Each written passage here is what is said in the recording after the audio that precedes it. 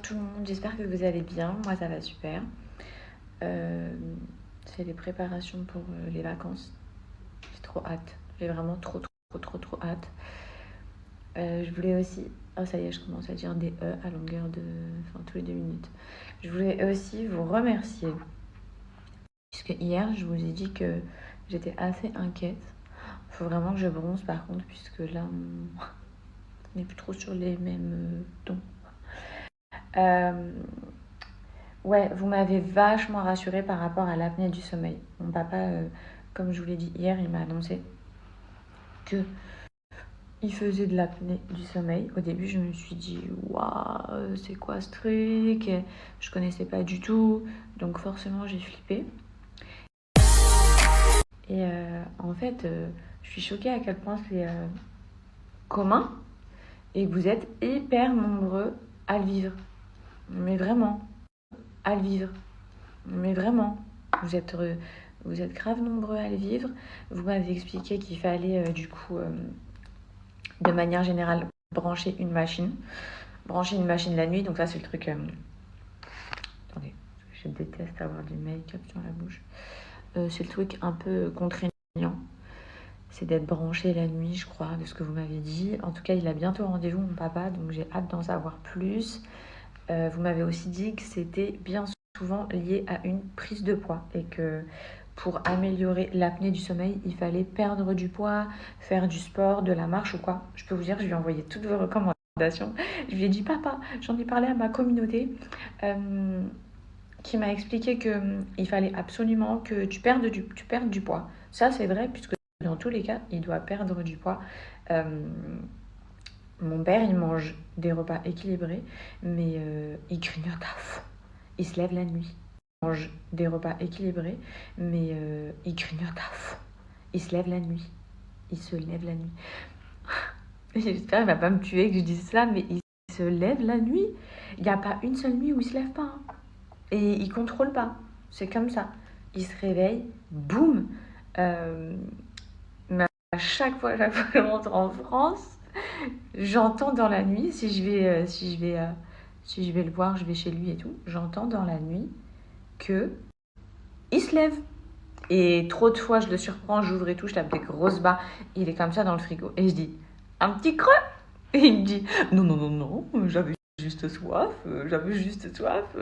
Donc bref, voilà, apparemment, c'est hyper conseillé la perte de poids, puisque vous m'avez dit c'est mauvais sucre. Enfin bref, franchement, vous m'avez trop aidé. J'ai tout transféré. Ça lui a trop fait plaisir. Vraiment.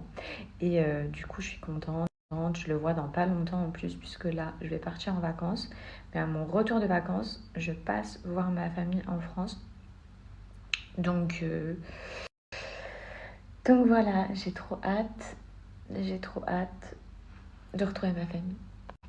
Je vous ai d'ailleurs même pas dit où est-ce qu'on partait en vacances, donc je vais vous donner un petit indice. Bon, déjà, c'est une destination que je n'ai jamais faite, mais jamais.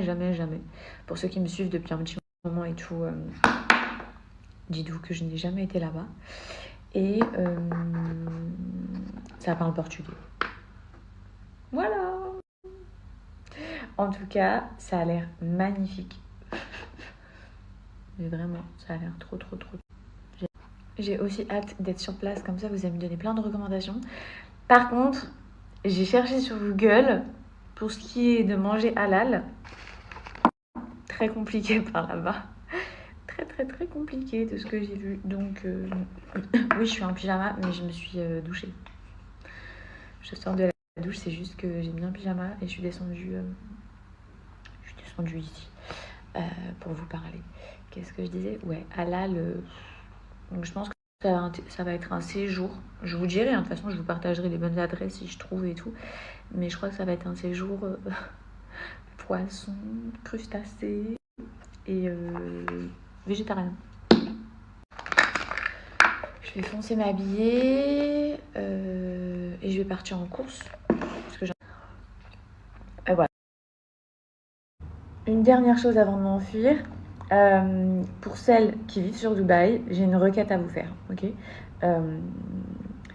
je vous explique. Ça fait 3 jours que je cherche absolument partout une coiffeuse. Je veux me faire un coin avec une coiffeuse, un coin beauty dans ma salle ici pour pouvoir vous faire des tutos. Je sais pas, quand je vous présente mes produits beauté et tout, j'ai trop envie d'avoir un coin beauté. Sauf que je ne veux pas la coiffeuse vanity qu'on voit, que tout le monde a, la blanche, vous voyez, blanche, basique, Ikea. Vous voyez laquelle? C'est pas du tout ce que je recherche. Je me suis posé la question au début, je me suis dit, bon, bah, vu que je trouve pas ma coiffeuse, je vais finir par prendre celle-ci. Mais non, je ne lâche pas l'affaire et du coup, je fais même appel à vous. Je sais que j'ai une bonne communauté qui vit ici aux Émirats, donc je me dis, on sait jamais. Si vous connaissez une boutique qui fait grave des meubles en bois, à la base, j'aurais été en France, c'est mon frère qui me l'aurait faite avec Soltis Paris. Mais là, vu que je suis aux Émirats, j'ai l'impression que c'est pas du tout leur cam, qu'ils font pas du tout ce style. Commencez pas à me dire que c'est trop moche, c'est magnifique. C'est magnifique. Je vais vous la poster. Comme ça, bah, vous pouvez me dire si vous avez des idées dans quelle boutique de déco je peux trouver ou bien des boutiques de meubles exclusivement en bois. Je trouve ça trop chaleureux. Je la trouve splendide. C'est vraiment ce genre de coiffeuse bois que je recherche. Je vous poste ça et j'attends votre aide, les filles. J'ai cherché, franchement, je trouve pas. J'ai cherché, je trouve pas. Je trouve des similaires. Sur H&M Home, par exemple, ici, il y a un petit peu des similaires, mais pas avec autant de caractère que celle que je vais vous poster.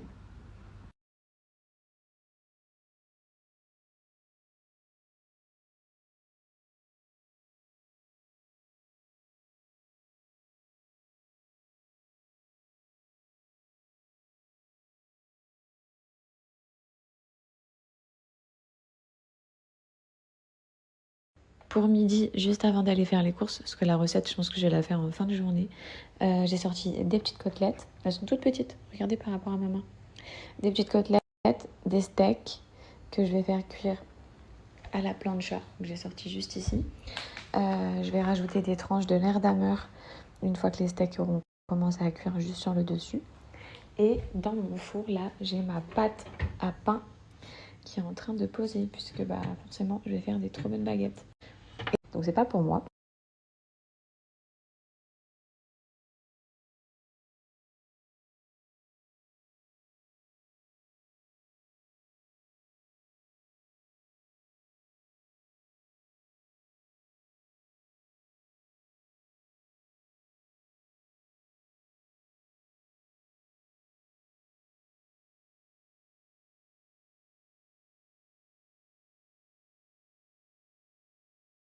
Je vous ai dit quoi, les filles? Depuis lundi, c'est vraiment lundi. Pour le coup, j'ai vraiment commencé lundi. Je suis dans un rééquilibrage alimentaire, je vais au sport et je suis dans une guerre contre la cellulite. Mais vraiment. Entre deux, j'ai ma pâte à pain qui a assez reposé, donc je vais préparer les baguettes avec vous tout de suite, les mettre au four et retourner à mes occupations le temps que ça cuise.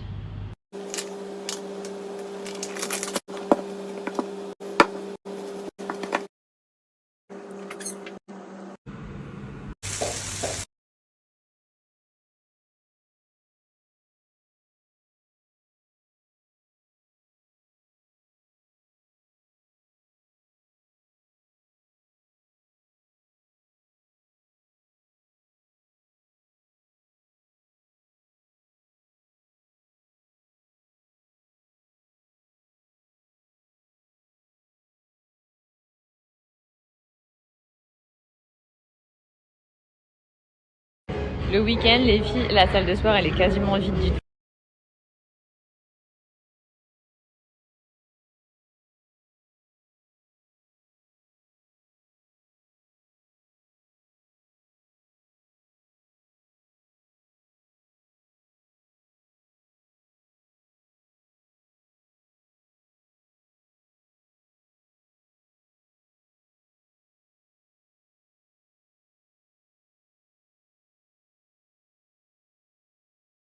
Dans un saladier, tu vas mettre ta levure, on ajoute l'eau, ensuite on laisse poser pendant 15 minutes de côté.